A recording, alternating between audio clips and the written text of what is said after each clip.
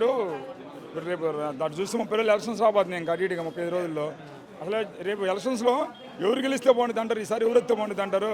నిర్ణయించుకున్నారు జగనే కావాలని మళ్ళీ జగనే కావాలని జగనే నిర్ణయించుకున్నారు. ఇక అది ఎవరు చెప్పిన ఆగేది కాదు పెట్టేది కాదు.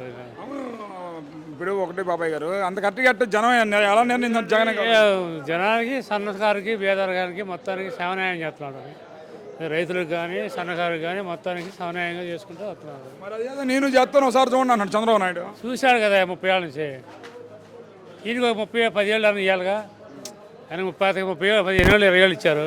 ఇంకో 10 ఏళ్ళు అని ఇవ్వాలిగా.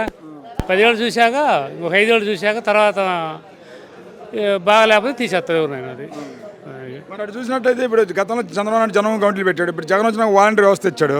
ఆ జనం కమిటీలు బాగున్నాయి. 14 ఇచ్చిన హామీలు అన్నీ ఏమైంది? 100 హామీలు ఇస్తే 50% అయింది. 30 అయిపోయినాయి. ఇప్పుడు హామీలు లేక మెలకొండ తిరుగుతున్నాడు.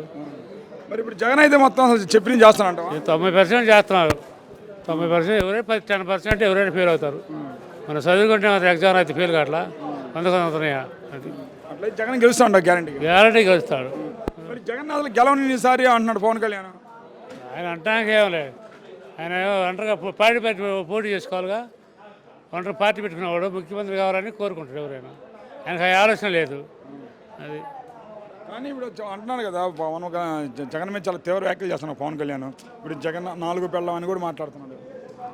సరే నోరు ఉందో నేను మాట్లాడు. భారత రాజ్యాంగంలో అట్లా వచ్చింది. ఇది ఏం చేస్తా నేను మాట్లాడుతున్నాను. కానీ ఒక ముఖ్యమంత్రిని స్థాయిని హోదాను బట్టి అలా మాట్లాడచ్చు. ఒక ఎంపీకి ఒక ఎమ్మెల్యే గెలిచి ఒక పని చేస్తే తెలిసింది అతనికి. ఊరికి మాట్లాడుకుంటా పోతుంటే ఏం తెలిసింది? బాధ్యత ఏం తెలిసింది? ఒక పని చేసినవాడికి తెలిసింది, ఒక పదవి చేసినవాడికి దాని వేరే ఏందా దాని బాధ్యత ఏందని ఏమి చేయకుండా తోరు చెప్పుకుంటా పోవడం సరిపోద్ది. నారా లోకేష్ కూడా ఇంకా వచ్చేది ఇంకా 2 నెలల్లో గెలుస్తుంది మన ప్రభుత్వం అన్నాడు. అనకపోతే ఉండ జనం ఉండాలి కదా. వాళ్ళు ఉండ జనమైన ఉండాలి. అనకపోతే ఉండరంటావా? మరి నీరసంగా ఉంటే ఉండరుగా.